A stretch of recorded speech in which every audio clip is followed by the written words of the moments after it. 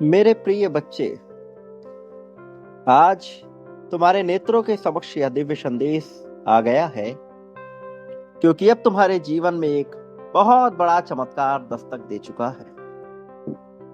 एक ऐसा चमत्कार जिसकी तुम्हें बिल्कुल भी उम्मीद नहीं थी। वास्तव में जो तुमने सोचा उससे बिल्कुल अलग, बिल्कुल हटके। और इसलिए तुम्हें यह संदेश मिल रहा है। तो जब तुम्हें यह संदेश मिला है तो इसे पूर्णतः अंत तक सुनो। इसे किसी भी परिस्थिति में बीच में छोड़कर जाने की या अनदेखा करने की भूल नहीं करना। प्रिय बच्चे, एक बात याद रखो कि ब्रह्मांड कभी कभी तुम्हारी प्रार्थनाओं का जवाब उन क्षणों में देता है जब तुम सबसे कम उसकी उम्मीद कर रहे होते हो। ये बात बिल्कुल सच है। तुमने कई बार आजमाया है कि जब तुम किसी चीज के पीछे पड़ जाते हो कि नहीं, यही होना चाहिए, यह तो होगा ही होगा, और एक ऐसा समय आता है जब तुम ये चाहते रहते हो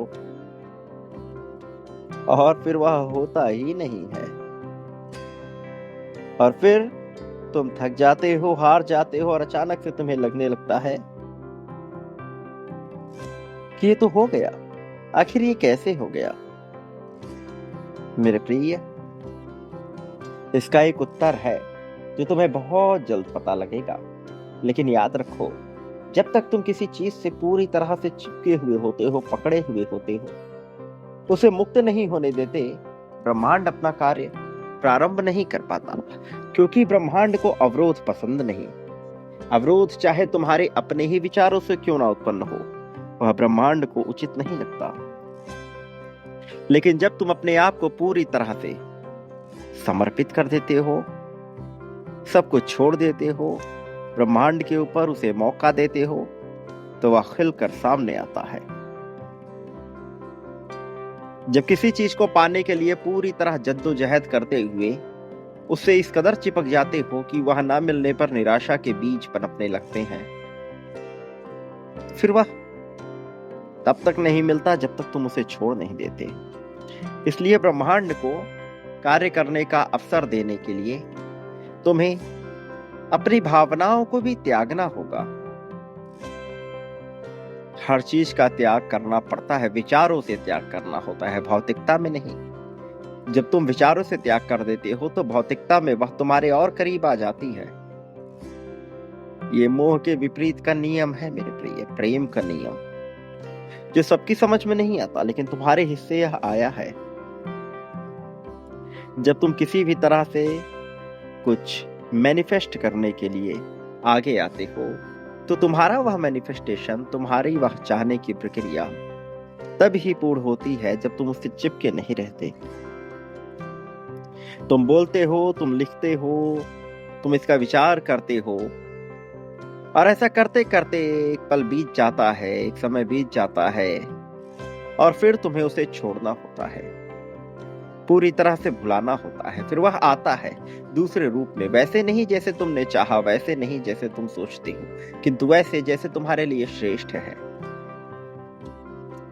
तुम मांगते हो, लेकिन तुम मांगने की अपनी प्रक्रिया को पूरी तरह से समझ नहीं रहे हो कि यह मांगना कैसे होता है। एक छोटी सी कहानी मैं तुम्हें बताता हूं, शायद तुम्हारी समझ में आए।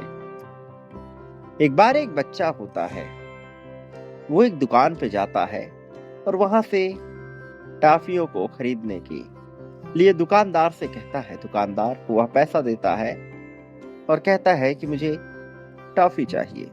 दुकानदार उसके सामने एक बड़ा सा शीशे का जार रख देता है और कहता है कि बेटा, इसमें अपनी मुट्ठी डालो और जितनी टॉफियां आए निकाल लो। लेकिन वो बच्चा कहता है कि नहीं, आप निकाल कर दो। दुकानदार कहता है कि मैं भी किसी दूसरे काम में व्यस्त हूं, तो बच्चे तुम स्वयं ही निकाल लो। लेकिन वह बच्चा अपनी जिद पर अड़ा रहता है। वह कहता है नहीं, आप ही निकाल कर दो। दुकानदार के 2-3 बार मना करने के बावजूद भी वह बच्चा अपनी मुट्ठी से टॉफियों को नहीं निकालता और दुकानदार से ही जिद करता है कि वह इसे निकाले। कुछ समय बाद दुकानदार अपनी मुट्ठी उसमें डालता है और अपनी मुट्ठी भर टॉफियां उसे दे देता है। वो टॉफी लेकर वो अपने दोस्त के साथ उसे खाने लगता है। उसका दोस्त जो यह सब देख रहा होता है वह उससे पूछता है कि जब उस दुकानदार ने तुम्हें इतनी बार कहा तो तुमने आखिर उसे क्यों नहीं निकाला?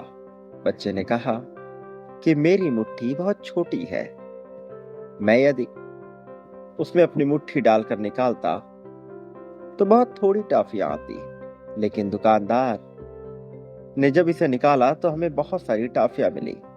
इसी तरह से जब तुम ब्रह्मांड से कुछ छोटा मांगते हो और उसे मुक्त नहीं करते, चिपके रहते हो, तो ब्रह्मांड तुम्हें दे नहीं पाता।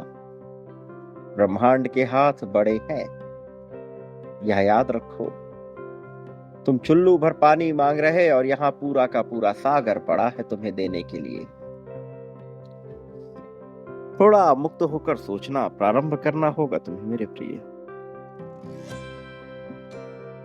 फिर सारी कहानी तुम्हें समझ आने लगेगी। मुक्त होकर सोचो, अवधारणा को जानो, धारणा के नियम को समझो और आकर्षण की शक्ति को बढ़ा के तुम सब पा सकते हो। लेकिन पाने के लिए एक बात याद रखो, बांटना पड़ता है मेरे प्रिय। जीत निश्चित तौर पर तुम्हारी है, लेकिन जीत को पाने के लिए तुम्हें अपनी योग्यता का प्रदर्शन तो करना ही होगा और इसके लिए तुम्हें बांटना पड़ेगा मेरे प्रिय। प्रेम, धन, संपत्ति, समृद्धि, खुशहाली, सुख, दुख, शोक, दोष, ईर्ष्या, द्वेष, जलन, नफरत, शत्रुता, मित्रता, लगाव, दुराव, अपनापन, सब कुछ यहाँ प्राप्त होता है, सब कुछ यहाँ मिलता है। चयन इस बात पे करना होता है कि तुम क्या बांट रहे, उसके बदले में तुम्हें उससे मिलती जुलती सारी चीजें आकर्षित होने लगेंगी और बड़ी मात्रा में आकर्षित होंगी। संदेह, शंका, शिकायत करने वाले को वही मिलता है और जो निस्वार्थ भाव से बांटता है उसे सब मिल जाता है। जिसने उसमें जोड़ घटाना, गुणा गणित लगाना प्रारंभ किया वो फिर वंचित रह जाता है मेरे प्रिय। जो निष्पाप भाव से, निस्वार्थ भाव से बांटता है उद्धार की प्रक्रिया से, वह तो सब कुछ पा लेता है। जो आभार व्यक्त करता है हर उस चीज का जिसके माध्यम से उसे जीत हासिल होने वाली है, वह तो विजय पाता ही पाता है। यही नियम है। जीवन को हर्षयुक्त जीने के लिए, कदम्ब के वृक्ष के समान हो जाने के लिए, नरों में इंद्र के समान हो जाने के लिए, आशीष प्राप्त करने के लिए, अपनी भावनाओं को बढ़ाने के लिए, तुम्हारी भावनाएं बेहतर करने के लिए बांटना पड़ता है। स्नेह मिलेगा, प्रेम मिलेगा, हर तरह से रुतबा बढ़ेगा, किंतु बांटो बिना देरी किए हुए, बिना संकोच किए हुए। संख्या 99,999 की ऊर्जा को अपने भीतर समाहित करते हुए या लिखते हुए कि जीत तुम्हारी है और जीतने के लिए तुम्हें देवदूतों का साथ चाहिए। तुम्हारी जीत निश्चित हो जाती है मेरे प्रिय। तो बिना देरी किए हुए बांटो, इसी पल में बांटो, बिना संकोच, बिना संदेह के। संख्या 777 लिखकर अपनी जीत की पुष्टि करते हुए यह अवश्य लिखो कि तुम्हें जीतना है, जीत तुम्हें हर हाल में मिलेगी। और फिर देखो कहानी कैसे बनती है। मेरे आने वाले संदेशों की प्रतीक्षा अवश्य करना, क्योंकि मैं आऊंगा मेरे प्रिय तुम्हारा उद्धार करने, तुम्हारा मार्गदर्शन करने, तुम्हें जीत की राह में सर्वोत्तम ऊंचाइयों तक लेकर जाने के लिए, खुशहाली से तुम्हें भर देने के लिए मैं अवश्य आऊंगा। सदा सुखी रहो, प्रगति, उन्नति, उत्थान, तरक्की को स्वीकार करो। तुम्हारा कल्याण हो, तुम्हारी वास्तविक अर्थ में प्रगति होगी।